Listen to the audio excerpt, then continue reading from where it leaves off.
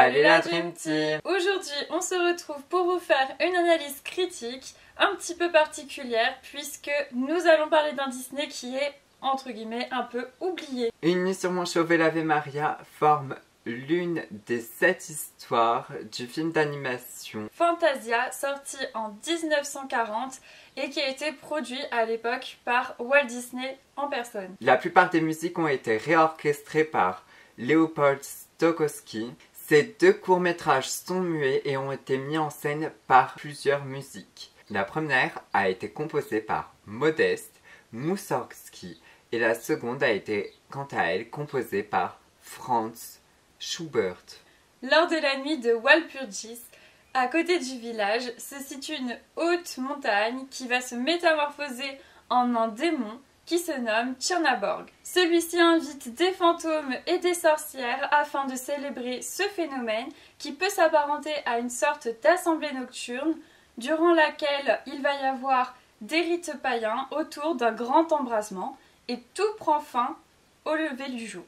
Et c'est là où l'histoire s'enchaîne avec la musique l'Ave Maria. L'Ave Maria est quant à elle un passage qui repousse toutes ces scènes de rites diaboliques où l'on voit des villageois qui entament une procession au flambeau sur un pont aux arches gothiques nous faisant penser à l'entrée des cathédrales. La séquence la plus impressionnante à mon sens dans ce court-métrage, c'est celle d'ouverture où l'on voit l'ombre des mains du diable qui descendent la colline dans un panoramique vertical et qui s'enchaîne avec un travelling arrière lorsque celui-ci rencontre un obstacle et qui se termine par un zoom horrifique sur le village qui s'apprête à être recouvert par l'ombre du diable. Il n'y a aucune coupure entre ces différents mouvements et le rendu est juste bluffant. On suit la propagation de l'ombre et du mal dans une angoisse qui ne cesse de grandir. Nous sommes aussi conviés à cette fête diabolique puisqu'à un moment donné, d'un point de vue subjectif,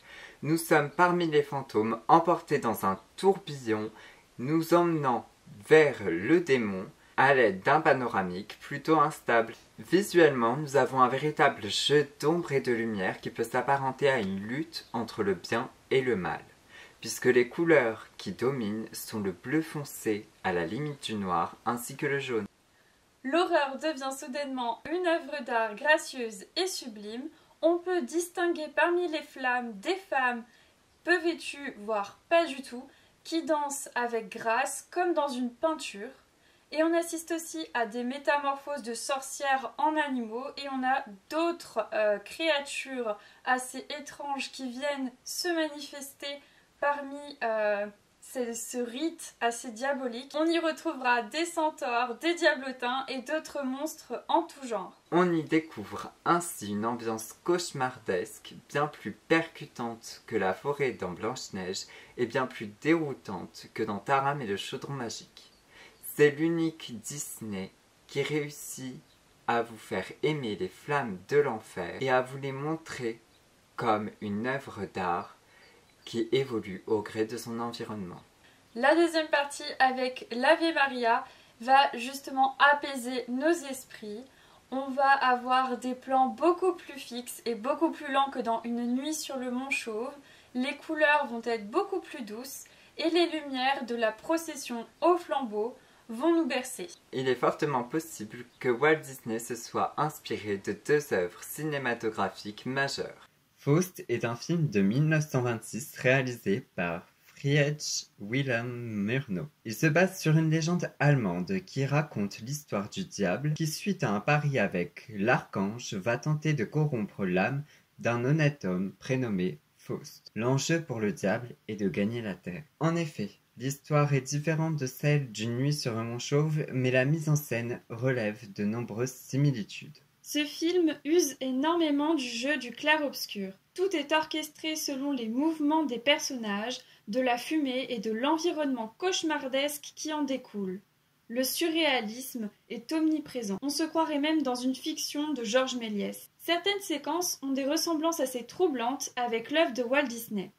Nous pensons notamment à l'apparition de Méphisto, le diable, qui pendant son invocation laissera place à une vision imagée avec une chevauchée de cavaliers squelettiques.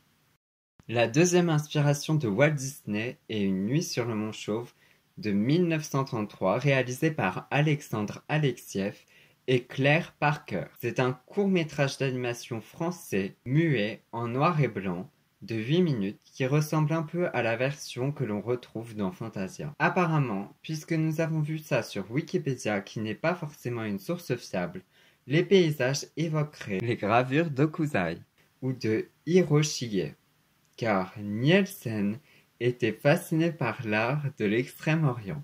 La partie de l'Ave Maria s'inspire, elle, de l'art romantique, sans pourtant atteindre la précision des œuvres européennes, notamment les œuvres austères et mystiques de Gaspard David Friedrich. Cela reste mon ressenti, mais personnellement, Une nuit sur le Mont Chauve me rappelle l'ambiance que l'on retrouve dans la peinture Le Cri d'Edvard Munch de 1893. Aussi bien au niveau de la déformation du paysage que dans les tonalités des couleurs utilisées. Le cauchemar prend vie dans le personnage et cela a des répercussions sur son environnement. Une nouvelle caméra horizontale avec un rail de 12 mètres a été mise au point pour donner un effet de profondeur entre les arbres et les nuages. Cet effet visuel est beaucoup plus présent dans la deuxième partie avec l'Ave Maria. Ce court-métrage a été tellement culte pour les studios qu'il y a eu plein de références à celui-ci dans les films qui l'ont suivi. Il y a, dans La Belle au bois dormant sorti en 1959, Maléfique qui organise un feu de joie. Ça vous rappelle rien? Eh bien bien sûr que oui, puisque dans Nuit sur Mont Chauve, il y a un feu de joie.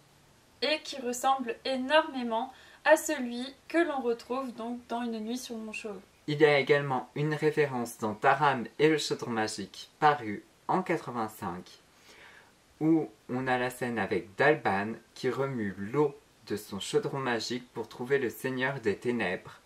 On va y voir, bizarrement, un spectre chevauchant un cheval fantomatique. Ce personnage est également dans Nuit sur Mont Chauve, où tous les spectres et fantômes vont être aspirés. Ce film est un énorme hommage à Une nuit sur le Mont Chauve puisqu'on y retrouve cette même ambiance cauchemardesque et glauque. Et puis, à l'occasion de ce film, on a ressorti les vieilles caméras multiplanes qu'on n'utilisait plus depuis les vieux classiques Disney tels que Le Livre de la Jungle. Il me semble que c'est le dernier pour lequel ils ont utilisé ce genre de caméra. Et puis, on n'utilise plus non plus ce type de caméra depuis l'utilisation des ordinateurs. Mais celle-ci donne une profondeur dans le champ qui est juste bluffante et incomparable. Et l'ont ressorti donc pour Taram et le chaudron magique afin de pouvoir bien distinguer et dissocier ces créatures un peu diaboliques et fantomatiques. On y retrouve un autre clin d'œil dans un grand classique Disney, c'est bien sûr Hercule de 1997 avec la rivière des âmes mortes qui en gros est une rivière, comment dire, contrôlée par Hadès. Voilà, contrôlée par Hadès. Et donc on voit comme une sorte de tourbillon. On a ces espèces de fantômes ou âmes un peu squelettiques et en même temps pas. Et donc cette référence-là peut faire écho à Une nuit sur le Mont Chauve où l'on est emporté dans ce tourbillon fantomatique. Qui tourne autour du démon et ici qui est représenté par Hadès. D'après Le Figaro, une nouvelle adaptation est à prévoir. Il nous informe que Disney n'en finit plus de revisiter son catalogue. Alors que les studios américains s'apprêtent à dévoiler en avril 2016 un nouveau livre de la jungle en prise de vue réelle réalisé par Jon Favreau, le réalisateur d'Iron Man, le Hollywood Reporter annonce la mise en production, toujours selon le même procédé, d'un remake du court-métrage de Fantasia de 1940, Une nuit sur le Mont Chauve. Après L'apprenti sorcier en 2011 avec Nicolas Cage, il s'agit de la deuxième adaptation en prise de vue réelle d'un segment de Fantasia. Une nuit sur le Mont Chauve reste gravée dans nos esprits, non pas parce que c'est une des dernières images du film de Fantasia, mais parce que c'est l'œuvre la plus esthétiquement aboutie. Rappelons tout de même que Fantasia est un concert cinématographique remettant à l'honneur de grands classiques musicaux tels que la symphonie pastorale de Beethoven ou encore le Sacre du printemps de Stravinsky. Quoi qu'il en soit, à l'époque où les clips musicaux n'étaient pas d'actualité, on ne peut dénigrer son génie et son originalité. Comme pour Pierre et le loup, il essaye de nous sensibiliser à l'écoute et à la reconnaissance des différents instruments ainsi qu'aux émotions qu'ils nous transmettent. L'univers et le graphisme changent complètement d'une musique à une autre et nous rappellent étrangement l'époque des Silly Symphonies, servant à Walt Disney d'expérimentation cinématographique. Ce film aurait reçu 2 Oscars d'honneur en 1942. Le premier serait revenu à Walt Disney, William Garrity et J.N.A. Hawkins, qui faisaient partie donc de l'équipe de production du film Fantasia. Un second Oscar a été remis à Leopold Stokowski et à ses collaborateurs pour leur performance musicale qui a fait de Fantasia une nouvelle forme d'art et qui n'est plus donc juste une œuvre cinématographique. En tout cas, c'est un classique qu'il ne faut pas oublier. Et qui a été très cher aux yeux de Walt Disney, aussi bien d'un point de vue financier. Mais on peut dire aussi que c'était un projet qui lui tenait énormément à cœur. On espère que vous aurez aimé découvrir ou redécouvrir cette œuvre avec nos analyses critiques. Si vous voulez en savoir plus, nous vous laissons les liens qui nous ont aidés à faire cette vidéo dans la barre d'infos. Pour ce, on se retrouve sur Instagram. Et on se dit à très vite pour de nouvelles aventures. Ciao.